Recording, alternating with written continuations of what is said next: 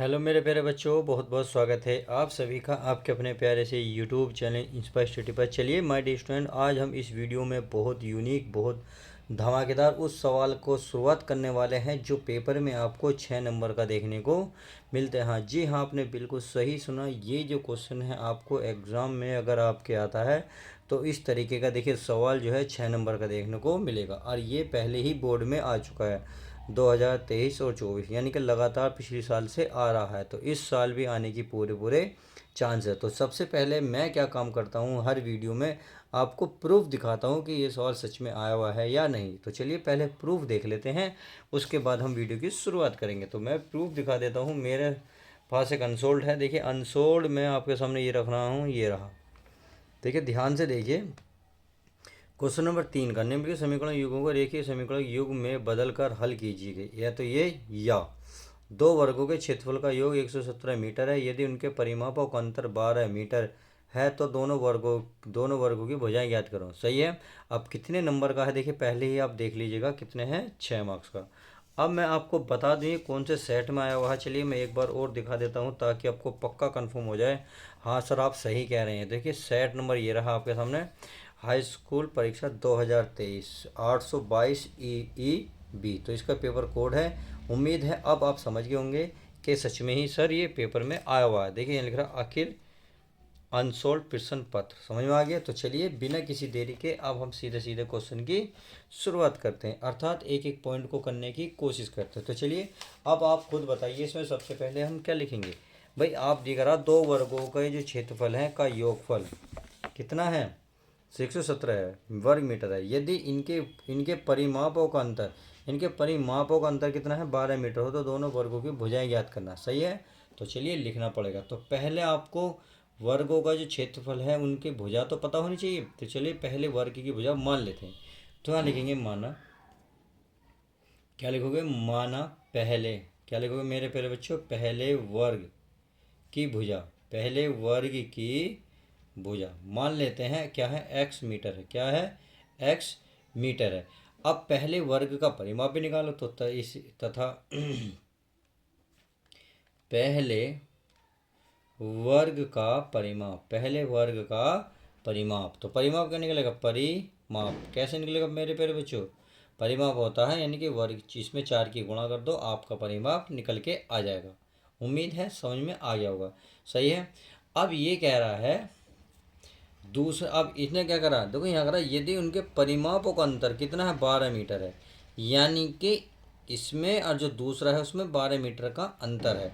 आप एक तरीके से कह सकते हैं, अगर मैं आपको थोड़ा सा समझाना चाहूँ तो देखिए आप समझ लीजिए। अगर मान लो तो ये आपका 20 है और एक संख्या लिख दी मैंने 32, तो कितने फ़र्क है, कितने का फ़र्क है, 12 का। तो इसे ये भी तो लिख सकते हो, पहली होगी 20, अगली होगी 20, 12 भी तो लिख सकते हो। अब भी तो 12 का फ़र्क बैठेगा क्योंकि इन्हें जोड़ने के बाद कितना बैठेगा, 32। तो अंतर भी प्लस क्या करता है, यानी कि अंतर भी बताया मैंने प्लस, तो आपको यही इसमें करना है। तो पहले आपको लिखना पड़ेगा, चूंकि क्वेश्चन में दिया है तो आप लिखेंगे चूंकि दूसरे वर्ग के परिमाप में 12 मीटर का अंतर है, तो आप लिखेंगे दूसरे, क्या लिखोगे प्यारे बच्चे, दूसरे वर्ग के परिमाप, के परिमाप, परिमाप में, देखिए परिमाप में 12 मीटर का अंतर है, 12 मीटर का अंतर है। तो चलिए अब जब इसमें अंतर है तो उसका तो इसलिए निकाल दो उसके, यानी दूसरे वर्ग का परिमाप कितना हो जाएगा, यानी कि आप लिख सकते हैं इसलिए दूसरे वर्ग का परिमाप। तो चलिए परिमाप लिख लेते हैं, परिमाप। सही है। तो कितना है भाई, 4x तो था ही, उसमें 12 जोड़ दो, यानी कि अंतर कितने बैठेगा, इतना ही बैठेगा। सही है। अब ये तो आ गया परिमाप, हमें चाहिए भुजा, तो किसकी, दूसरे की, यानी कि दूसरे वर्ग की। तो लिख सकते हो दूसरे वर्ग की भुजा, क्या, भुजा। तो कैसे निकली थी भाई, हमने भुजा थी परिमाप माना तो 4 की गुणा कर दिया। अब उल्टा करना, परिमाप को भुजा में लेना तो 4 से क्या करोगे, भाग, यानी कि हमारे पास क्या है, 4x + 12 बटे में कितना लिख दोगे, 4। अब 4 में इसमें से कॉमन ले सकता हूँ, तो 4 कॉमन लूँगा तो x प्लस कितना बचेगा, 4 से कितनी बार कटेगा, 3, तो 3 अंदर आ जाएगा, ये 4, 4 से 4 खत्म। तो आप देख रहे होंगे इसमें जो हमें परिमाप में पहली भुजा मिली, यानी कि दूसरे वर्ग की जो भुजा मिली, क्या मिली, x + 3 मिली। सही है। अब भुजा मिल गई। अब देखिए यहाँ अगर आप दोनों वर्गों के क्षेत्रफल का योगफल 117 है। अब चलो प्रश्न अकॉर्डिंग यानी कि क्वेश्चन के अनुसार, तो आप देखें यहाँ इसने क्या है क्षेत्रफल, तो हमें पहले क्षेत्रफल प्राप्त कर लेते हैं।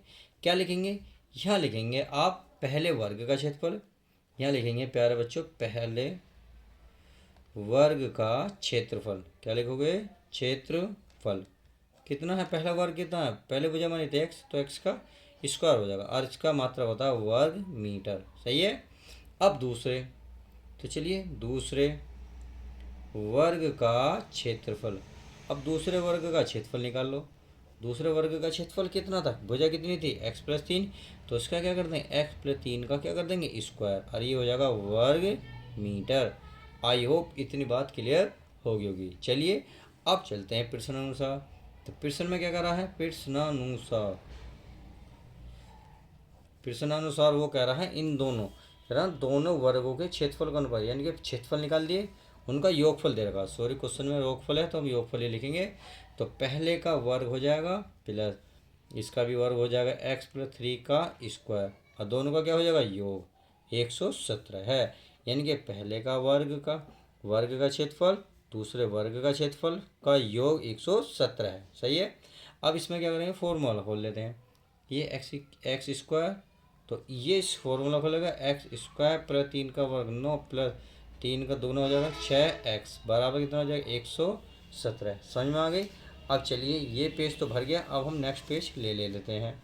अब यहाँ पे क्या करेंगे, इसको लिखेंगे एक्स स्क्वायर कितना हो गया प्यारे बच्चों, ये हो गया हमारा 2x स्क्वायर। सही है। ये हो गया हमारा 6x। क्लियर है। अब 117 को उधर ले आओ और 9 उसमें से घटा देंगे तो ये बचेगा, आप 117 में से 9 घटाओगे तो 108, कितना 108। अब बड़ी संख्या का निशान ही था माइनस, बराबर क्या बन जाएगा 0। अब क्या करना है, तो इसमें कॉमन है, 2 यहाँ है 2 यहाँ, तो यहाँ लिख सकते हो 2 से भाग। क्या लिख सकते हो 2 से भाग। तो चलिए 2 से भाग देंगे, इसका मतलब ये आधा कर दो उसे, 2 से भाग दोगे 2, 3 का आधा 6, यानी कि 6 का आधा कितना बन जाएगा 3x, इसका बन जाएगा 54 बराबर क्या बन जाएगा 0। अब हमें फैक्टर करने हैं, जो गुणा करके तो 54 है घटा के 3 है, तो हमें पता है 9 गुणा 6, 9 6 कितने होते हैं 54। तो आप ये लिख सकते हैं, बस आप लिख दो एक्स स्क्वायर प्लस इस 3 के स्थान पर लिखोगे 9x माइनस के 6x, 9 में से 6 जाएंगे 3 आएंगे, माइनस के क्या आएंगे 54 बराबर 0। अब आप देखेंगे इसमें क्या कॉमन है x, तो x प्लस 9 कॉमन है, इसमें क्या कॉमन है 6, तो x बाहर माइनस है तो चिन्ह क्या हो जाएगा प्लस का, 9 चिन्ह 54, यानी कि 6 निम्न 9 आ जाएगा बराबर क्या बन जाएगा 0। अब आपने देखा ये दोनों एक जैसे हैं और ये अलग अलग हैं, तो जो पहले एक जैसे हैं उसको उतार लो, उतार लिया। अब ये और ये बचा, उनको एक कोष्टक में कर लो, बराबर क्या बन गया 0। सही है। अब देखो यहाँ लिखोगे जब, क्या लिखोगे जब x प्लस 9 बराबर 0, तो x बराबर क्या होगा माइनस के 9। अब आप सभी को पता है जो x की जो मान आया है किस में आया, ऋणात्मक है। अब हमने क्या मानी थी भुजा, भाई भुजा मानी थी। आप सभी को पता है जब भुजा मानते हैं तो हम उसे ऋणात्मक नहीं लेते। तो यहाँ लिख दो चूंकि वर्ग की भुजा ऋणात्मक नहीं हो सकती, तो यहाँ मैं लिख दूँ, यहाँ मैं लिख रहा हूँ चूंकि वर्ग की भुजा ऋणात्मक नहीं होगी, यानी कि आप ऐसे लिख सकते हैं ऋणात्मक नहीं होती है, नहीं है, नहीं हो सकती, ऐसे भी लिख सकते हैं हो सकती। आई होप इतनी बात समझ गए होंगे। अब चलिए आगे,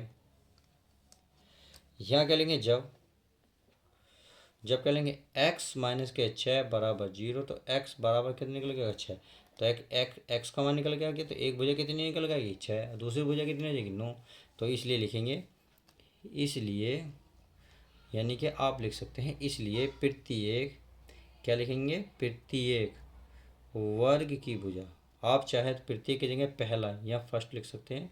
चलिए मैं पहले लिख देता हूँ, पहले वर्ग की भुजा हमने क्या मानी थी x, और x का मान कितना है 6, यही आपका मीटर में आएगा आंसर। सही है। अब अगला, अब दूसरे वर्ग की भुजा क्या निकल कर आई थी, यहाँ लिखेंगे दूसरे वर्ग की भुजा, तो दूसरे वर्ग की भुजा थी हमारे पास x प्लस 3, तो चलिए x का मान कितना आया 6, कितना 6 और 3 बराबर कितना बन गया 9, अरे क्या होगा मीटर।